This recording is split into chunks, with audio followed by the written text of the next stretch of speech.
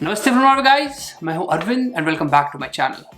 तो दोस्तों, जैसे कि आपने कम्युनिटी पोस्ट पे देखा होगा कि हम लोग बनाने जा रहे हैं एक वीडियो कनाडा वर्सेस नॉर्वे। तो हमारे साथ जो आज गेस्ट है उनका एक अपना चैनल है तानिया हिमदेव के नाम पे, so please check it out अगर आपको कनाडा से रिलेटेड कोई भी इन्फॉर्मेशन चाहिए। और सिंस आप लोगों के बहुत से क्वेश्चंस थे तो हमने क्या करा है, हमने 2 पार्ट्स करे हैं इस वीडियो के। सो पार्ट 1 में हम क्या करेंगे, पार्ट 1 में हम बात करेंगे स्टडीज़ के बारे में, जॉब्स के बारे में, पीआर और सिटीजनशिप के बारे में।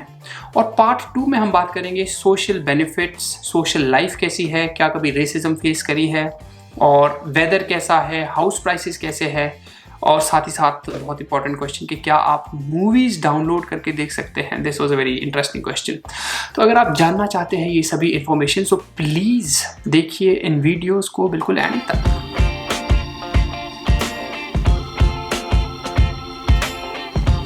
तो चलिए दोस्तों, बात करते हैं तानिया जी से। सो वेलकम तानिया जी, नमस्ते फ्रॉम नॉर्वे पे। So hey guys, I am Tanya. I am an Indian जो फिलहाल कनाडा में टोरंटो में है। I came here to complete my post graduation course in advertising and अब मुझे almost 2 साल हो गए हैं यहाँ रह के। And yeah, it's been a great journey so far. I'm going to be answering all of your questions regarding Canada and also like just giving a small comparison between Norway and Canada. And I think specially for me and the viewers, ये बहुत ही अच्छा होगा कि मेरा perspective है engineering से। तो it's very good, क्योंकि बहुत से लोग मुझसे पूछते हैं कि सर थोड़ा जो आर्टिस्टिक फील्ड्स हैं उनके बारे में बताइए। So I think it's very good कि अगर आप हमें वो पर्सपेक्टिव देंगे। ठीक है, तो चलिए let's take the question. So question का हमने क्या किया है, रादर देन किसी एक का इंडिविजुअल क्वेश्चन करके I have just grouped them and I think that makes sense. So the first question which comes to the mind is that which country is better for masters or even for the bachelors? तो masters या bachelors के लिए आपको क्या लगता है? Can you please explain कि Canada में क्या फंडा है इसका? So मास्टर्स करने के लिए कनाडा में भी एक क्राइटेरिया है which is the 16 years education जो आपको करना ही करना है। And for Indians, especially like people like me जिन्होंने एक मतलब आर्टिस्टिक फील्ड या मीडिया में कुछ किया है या ऐसी कोई डिग्री ली है जो 3 साल की होती है, तो उनके लिए मास्टर्स करना कनाडा में काफ़ी बड़ा इशू बन जाता है। Canada has another option called the post graduation, तो इसमें आपको सर्टिफिकेशन मिल जाता है। So instead of a masters you do that, and मैंने ये किया हुआ है। सो रिगार्डिंग मास्टर्स, कनाडा में मास्टर्स का स्कोप तो बहुत अच्छा है, बट अगर आप क्वालिफाई नहीं होते तो you have another option as well to do that. And काफ़ी लोग इंडिया से जो आते हैं वो पोस्ट ग्रेजुएशन का सर्टिफिकेशन लेते हैं यहाँ से। ओके, तो ये सर्टिफिकेशन 1 साल की है क्या? या मोस्टली 1 साल की होती है, काफ़ी कोर्सेज 2 साल के भी होते हैं। ओके, तो पर्टिकुलरली इसी कोर्स के बारे में बात करते हैं, लाइक पोस्ट ग्रेजुएशन के बारे में। फर्स्ट ऑफ ऑल कि व्हाट आर द एक्सपेंसेस, की ट्यूशन फीस कितनी है इस कोर्स की? सो अगेन इसमें भी post graduation in a way better होता है क्योंकि मास्टर्स काफ़ी एक्सपेंसिव होते हैं, स्पेशली इन कनाडा मास्टर्स काफ़ी एक्सपेंसिव है। सो पोस्ट ग्रेजुएशन अगर आप 1 साल का करोगे तो आपको अराउंड 18 से 19,000 कनेडियन डॉलर्स होगा वो, and which means around 9 to 10 lakh Indian rupees. Okay, as a tuition fee? Your tuition fee. Okay, and इसके बाद जनरली एक क्वेश्चन ये आता है कि आपको बैचलर्स के बारे में कुछ पता है कि पर ईयर या मास्टर्स में पर ईयर कितना खर्चा आता है as a tuition fees? Yes, तो मास्टर्स जो है वो एटलीस्ट आपको $30,000 तो होगा ही, या अगर आप बहुत ज़्यादा अच्छी जगह से करोगे तो उससे भी ज़्यादा expensive.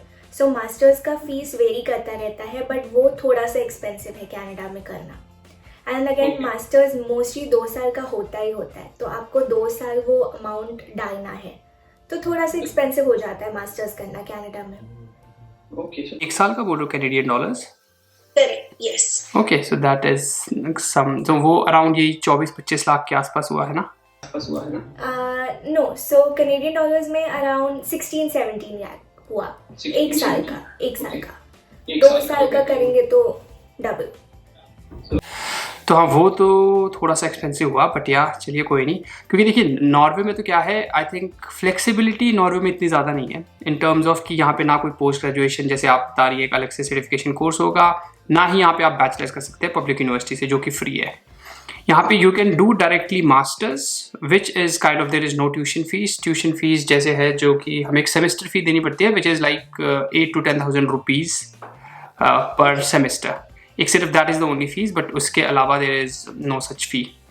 So but again the point is कि ये जो इंजीनियरिंग से रिलेटेड कोर्सेज हैं they are in more demand in Norway, तो बच्चे जो है जनरली इन्हीं चीज़ें के लिए ज़्यादा आएंगे, क्योंकि देखिए अगर मीडिया में काम करना है या कोई भी आपको इकोनॉमिक्स से रिलेटेड जहाँ पे भी आपको पब्लिक इंटरफेस करना है, तो उन केसेस में क्या होगा कि यू मस्ट नो नॉर्वेजियन, तो यहाँ पे एक लैंग्वेज का बैरियर है। So that is why I think ज़्यादा जनता जो है यहाँ आना नहीं चाहती है। ठीक है, चलिए, तो ये तो हमने बात करी जी कि ट्यूशन फीस की। ओके, तो अब आप क्या ये बता सकती है कि एक स्टूडेंट का जनरली आपके हिसाब से कितना खर्चा आ जाता है per year for example? So along with ये आपकी ट्यूशन फी जो है वो तो भरनी है आपको, उसके साथ साथ आपका रेंट, ग्रोसरी, ये सब चीज़ें, बहुत सारी अलग चीज़ें हो जाती हैं। सो अगर आप मंथली देखेंगे for a student staying in Toronto specifically, आपका उसके अलावा $1,000 और अप्रॉक्सीमेटली खर्चा हो जाएगा। Made a video specifically on आपका क्या क्या खर्चा होगा, बट अप्रॉक्सीमेटली $1,000 का आपका होगा। Okay. So this is like your additional after your fees. Okay, additional after your fees. Yeah, every month. Okay, तो आप इसमें आपने rent is also inclusive right? Yes. Yeah. इसमें रेंट, ग्रोसरी हो गई, आपका फोन का बिल हो गया, आपका ट्रांजिट हो गया, सो एवरीथिंग इंक्लूडेड आपका 1,000, and that is like a reasonable amount कि आप चाहे तो आप $700-800 में भी कर सकते हैं, but 1,000 is like a reasonable amount जिसमें आप थोड़ा घूम भी सकते हो, maybe you can go out to eat a little, so all of those expenses are also covered in that. Okay. So I think in Norway also it is the same 1,000 अगर Canadian dollars की बात करें, so I'm just taking a conversion of say 6 rupees, right? Is that right? 6 के आसपास? No, so $1 Canadian is 60. 57. 57. Yeah. Okay. 60 is also 60. Okay, 60. हाँ, क्योंकि knock का मैं अगर करूँ तो फिर वो 1:10 है इंडिया एंड उसका, तो अगर मैं नॉक में बताऊँगा, चलिए INR में बात करते हैं, तो 60,000 के आसपास ही जो है यहाँ पे भी it's the same thing. Norway में भी खाना पीना रहना जो भी है, क्योंकि इसमें से भी 60,000 का जो मेजॉरिटी जो 50% है that will go into your रहने का खर्चा is the most expensive, I think that is the most expensive thing over here. Okay, so I think then at least in expenses terms ये जो है we are at par कि Canada और Norway में, I think so. But यहाँ पे आप बाहर नहीं खा सकते, that is a big no for students, क्योंकि अगर आप बाहर खाने जाओगे then they'll have to spend a lot. तो जो मेरा 60,000 का बजट है for a student, that doesn't include eating out and roaming at all. That is just stick. basic. Yeah, that is just a basic. Just sit in your room, free Wi-Fi होता है, just movies देखो, that is the only entertainment which you can have. So basically थोड़ा ज़्यादा expensive है Norway. हाँ जी, exactly I think so. Grocery जब हम कनाडा आए थे तो we have been to Toronto like just for 3-4 days, so then also we felt that Norway is like 2 times definitely expensive, बहुत इन टर्म्स ऑफ दैट। चलिए, तो अगला question ये है कि आपके एक्सपीरियंस के हिसाब से जब स्टूडेंट वहाँ पढ़ रहा है राइट, उसको अपने एक्सपेंसेस ही और शी हैज़ टू मीट, तो पार्ट टाइम जॉब्स का क्या सिनेरियो है? I mean, is it easy to get or what? यहाँ पे पार्ट टाइम जॉब मिलना बहुत इजी है, हर किसी को मिलता है एंड हर कोई पार्ट टाइम जॉब करता है। And by that I mean कि जैसे आप कैशियर हो, या आप एक स्टोर में मर्चेंडाइजर हो, या आपने मैकडोनल्ड्स में काम कर लिया, सो बहुत इजीली अवेलेबल है एंड ऑल्सो सब करते हैं। तो बिल्कुल ऐसा नहीं है कि कोई आपको लुक डाउन करता है कि you are working at a restaurant, तो ऐसा कुछ भी नहीं है। I think definitely as a student तो ये कल्चर ही है बाहर, जब भी आप एवरीवन नोज कि हाँ भाई अगर आप रेस्टोरेंट में जा रहे हो, वहाँ पे कोई आपको यंग सा इंडियन दिख रहा है तो वो स्टूडेंट ही होगा। दैट इज फॉर श्योर, क्योंकि हम लोग भी जब US में थे, कनाडा में थे, तो जितने भी सबवे थे मोस्ट ऑफ देम हमारे इंडियन भाई या बहन ही थी वहाँ पे। But then that is exactly, you know what I think is कि उसमें लुक डाउन करने की बात तो है नहीं, बल्कि it is a sign of independence, right, कि आप खुद को अपने पैरों पे खड़ा करने की कोशिश कर रहे हैं. So that is a very good thing. But in Norway that is not possible. Norway में तो खासकर आपको कैशियर की जॉब्स और फिर मर्चेंडाइज में किसी भी शॉप में काम करना है, तो वहाँ पे अगेन जो कस्टमर फेसिंग होगी आपको वहाँ नॉर्वेजियन आनी चाहिए. So I think part time jobs की जो है, अगर हम स्कोप बात करें तो Canada is much better I think. So Norway में बहुत ही कम चांसेस हैं. जो हमारे इंडियन स्टूडेंट्स काम करते हैं, they are generally working in the restaurants, खासकर इंडियन पाकिस्तानी, ये जो हमारा देसी टाइप के रेस्टोरेंट्स है, वहाँ पे I think it is very easy. और बड़ी सिटी में it's easy to get, like Oslo it's easy to get because there are more opportunities, more restaurants. But छोटी जगहों में it's really I think so struggling for the students. So I think in that terms Canada में it's much better. But आप part time में कितना कमा सकते हैं? इज इट पॉसिबल कि आप अपना खर्चे के साथ you can save some money? So as a student हम जो मिनिमम वेज होता है कनाडा में, and this I am talking about Toronto in specific, बाकी जगहों पे इट इज़ डिफरेंट. लेकिन गवर्नमेंट की तरफ से टोरंटो में $14 जो है वो मिनिमम वेज रेट है, तो उससे कम आपको नहीं मिल सकता. $14 विच इज़ एक 800 इंडियन रुपीज़ आपको पर आवर मिलता है. सो अगर आप पार्ट टाइम जॉब करते हैं तो 20 hours a week which is, तो आप महीने में अराउंड $1000 कमा सकते हैं. तो आपका kind of cut to cut ही चलता है. आप थोड़ी सी सेविंग कर सकते हो, बट बहुत सेविंग एज अ स्टूडेंट करना थोड़ा मुश्किल है. पर इसमें भी बच्चे क्या करते हैं कि जब उनके समर ब्रेक होती है या उनकी क्रिसमस वेकेशन होती है, तब वो full time they eligible to work full time, तो उसमें 40 आवर्स काम करके कमा लेते हैं, उसकी सेविंग बना देते हैं फिर. ओके, सो आई थिंक यहाँ पे it's very similar to Canada. वही 20 आवर्स पर वीक, और जब छुट्टियाँ हैं या समर्स है, विंटर्स हॉलीडेज है, then you can work more. Minimum wage जो है वो आई थिंक है जी 1000 रुपये पकड़ लो आप. मतलब है तो 120 नॉक पर मंथ, बट आज की डेट में अगर आप 8 का मल्टीप्लाई रखें तो 1000 नॉक पर मंथ के आसपास है, 1000 रुपीज़ पर मंथ के आसपास. आई थिंक वहाँ पे थोड़ा सा एज है, बट अगेन चांसेस कनाडा में आई थिंक सो स्टूडेंट्स के लिए ज़्यादा है पार्ट टाइम. आती है बात कि हम थोड़ा सा, क्योंकि कई लोगों ने जो था क्वेश्चन ये पूछा था कि सर एक आर्किटेक्ट के लिए क्या स्कोप है कनाडा में, या फिर एक इंजीनियर के लिए क्या स्कोप है. तो rather than taking you know these courses individually, आपको क्या लगता है कि कौन से कोर्सेज ज़्यादा डिमांड में हैं कनाडा में? तो जो स्किल्ड प्रोफेशन होते हैं जैसे डॉक्टर, इंजीनियर, ये तो हमेशा ही डिमांड में रहते ही है डेफिनेटली. लेकिन उसके अलावा भी काफ़ी सारे ग्रोइंग फील्ड्स हैं. जैसे मैंने ऑब्जर्व किया है कि एडवर्टाइजिंग एंड स्पेसिफिकली जो डिजिटल मीडिया यहाँ पे चल रहा है, तो वो फील्ड कनाडा में काफ़ी बूमिंग है, काफ़ी अपॉर्चुनिटीज़ मिल रहे हैं. आई हैव ऑल्सो सीन कि सप्लाई चेन बहुत बढ़ रहा है यहाँ पे. There are lot of students doing supply chain management and उनको बहुत अच्छे जॉब्स मिल रहे हैं. सो ये सब है, बट मैं स्पेसिफिकली एक कोई नहीं बता सकती कि ये बहुत अच्छा है ना, आप ये ही करो. And Canada has opportunity for everyone. तो if you are good at something you are doing, तो आपको उसमें जॉब मिल सकती है, ऐसी कोई बात नहीं है. एंड आई थिंक अगेन जो सबसे बड़ा बैरियर नॉर्वे में है बच्चों के लिए वो यही है कि देखिए इंजीनियरिंग में क्या होता है कि आपको language doesn't matter when you are getting hired most of the time, क्योंकि वो टेक्निकल स्किल्स पे.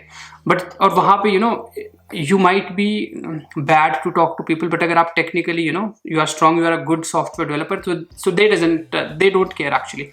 But I think बाकी fields में it matters. So यहाँ पे opportunities are very limited, especially arts वाली field में, अगर आपको नॉर्वेजियन नहीं आती है. This being said, अगर आपने नॉर्वेजियन सीख ली, which is not a very difficult language to learn, master करना maybe it is difficult, but आप B1, B2 level पे you can easily reach. Then the chances are much more over here. So, but still I feel there is no comparison between Canada and Norway. I personally feel, because again English speaking versus non-English speaking बहुत ज़्यादा फर्क आ ही जाता है उन चीज़ों में. That is the biggest difference, क्योंकि यहाँ पे first language ही English है and French is only in Quebec. So it is like language barrier कभी नहीं face करते हम. हाँ जी, क्योंकि हमें पता है जब हम लोग आए थे, मैं और शैलजा, वहाँ पे तो हमने जब टैक्सी ली थी, तो जो हमारी टैक्सी के ड्राइवर थी, she was a lady like 50 or 60, और जब वो इंग्लिश में बात करी थी, सो वी वर लाइक एक कनेक्शन सा फील हो गया कि चल कुछ समझ तो आ रहा है. उस टाइम द प्रॉब्लम वॉज कि हमें नॉर्वेजियन इतनी अच्छी ना देते, सो एक झिझक सी होती है. Which you don't have, Indians को नहीं होती वो, अगर आप इंग्लिश में अच्छे से बात करते हैं, right? Not at all, yeah. And even अगर आपकी इंग्लिश उतनी ज़्यादा अच्छी नहीं हो तो there are so many people from different countries. Canada is a country of immigrants, तो इतने सारे लोग आते हैं अलग अलग जगहों से कि सबको प्रॉपर इंग्लिश नहीं आती. काफ़ी लोग टूटी फूटी इंग्लिश भी बात करते हैं. तो you feel at home, you feel okay कि मेरे जैसे काफ़ी लोग हैं यहाँ पे. Yeah. कोर्सेज के बाद अब बात करते हैं कि आपने थोड़ा सा ये टच करा कि कि supply chain is in demand and then other courses as well. तो और क्या क्या ऐसी जॉब्स हैं, availability of the jobs, what do you think, what other jobs are they are in great demand in comparison to the others besides supply chain? अगर आपको कुछ पता है इस बारे में. जैसे अगर मैं इफ आई कुड स्टार्ट कि यहाँ पे, ठीक है जी, इंजीनियरिंग तो डेफिनेटली है. इंजीनियरिंग में भी बात करते हैं सॉफ्टवेयर डेवलपर्स की, data science, machine learning, this is something which is in demand. तो स्टूडेंट्स को generally what I would recommend कि डिपेंडिंग अपॉन आप किस करियर पाथ में जाना चाहते हो, choose country based upon that, right? जैसे डेटा साइंस और सॉफ्टवेयर है, ये तो हर जगह ही I think they are in great demand. But उसके अलावा जैसे आपको ऑयल एंड गैस में करना है या रिन्यूएबल्स में करनी है, इंजीनियरिंग की बात करें, then I think Norway is a good country. But जैसे तो इसी लाइन पे व्हाट डू यू थिंक कि ऐसी क्या जॉब्स है जो आपके हिसाब से दे would be in great demand in Canada? I don't think ऐसी कोई स्पेसिफिक जॉब है. लाइक आई सेड कि आप जो भी कर रहे हो उसमें आप अगर अच्छा करते हो, you score well, you have good experience and you are just an expert in that field, तो आपको जॉब मिल जाएगी. बट स्पेसिफिकली कोई एक ऐसी फील्ड जो जहाँ मतलब जिसके लिए आपको कनाडा आना चाहिए, ऐसा कुछ नहीं है. Okay. So that's good. और सैलरीज की अगर बात करें तो सैलरीज में क्या है? What do you think, what is like an average salary, which definitely depends upon the job type, but एक रफ अप्रॉक्सीमेशन क्या होगी एक सैलरी की? जैसे डिपेंड्स ऑन द प्रोफेशन, जैसे आपने बोला, लेकिन मिनिमम वेज जो है वो $14 है. अगर आप कोई प्रोफेशनल फील्ड में काम करते हो तो आपको उससे थोड़ा ज़्यादा तो मिलेगा ही. सो से आपको probably $18-19 तक मिल सकते हैं per hour if you are in a full time professional job. Okay, so for example कोई डिजिटल मार्केटिंग में काम करता है किसी कंपनी में, so what is like a monthly salary? So digital marketing में अगर कोई करता है तो एंट्री लेवल पे जो होगा उसको एटलीस्ट पर ईयर $30,000 का पैकेज तो मिलेगा ही मिलेगा. Okay, so I think entry level एकदम मिनिमम, नो एक्सपीरियंस. ओके, एकदम ओके, नो एक्सपीरियंस के हिसाब से. ओके, आई थिंक सैलरीज जो होंगी नॉर्वे में थोड़ी सी ज़्यादा होंगी, क्योंकि यहाँ पे जो है अब डेफिनेटली इंजीनियरिंग की मैं अगर बात करूँ तो इंजीनियरिंग में तो अब मैं INR में कन्वर्ट कर लेता हूँ, 40 to 45 lakhs per year package होगा बंदे का इंजीनियरिंग में. मतलब एज अ फ्रेशर आपने मास्टर्स करी यहाँ से और आपको कोई एक्सपीरियंस नहीं है तो वो होगा. और अगर हम डिजिटल मार्केटिंग और उनकी बात भी करें तो भी आई think it would be the same 40 lakhs, क्योंकि यहाँ पे जो है डिस्पैरिटी इतनी ज़्यादा नहीं है इन सैलरीज. तो अगर आप बस ड्राइवर्स भी हो, right, I think bus driver जो है वो बहुत थोड़े से लो पेड होते हैं यहाँ पे, तो उनकी सैलरीज भी जो होंगी दैट वुड बी अराउंड 25 से 30 लाख INR पर ईयर के हिसाब से. तो आई थिंक सैलरीज थोड़ी सी यहाँ ज़्यादा है, but you know that salary it is just a myth कि आपको दिखती क्या है और बचत क्या होती है. So that is what matters for us, right? So that is my next question कि टैक्स रेट्स कितने हैं कनाडा में?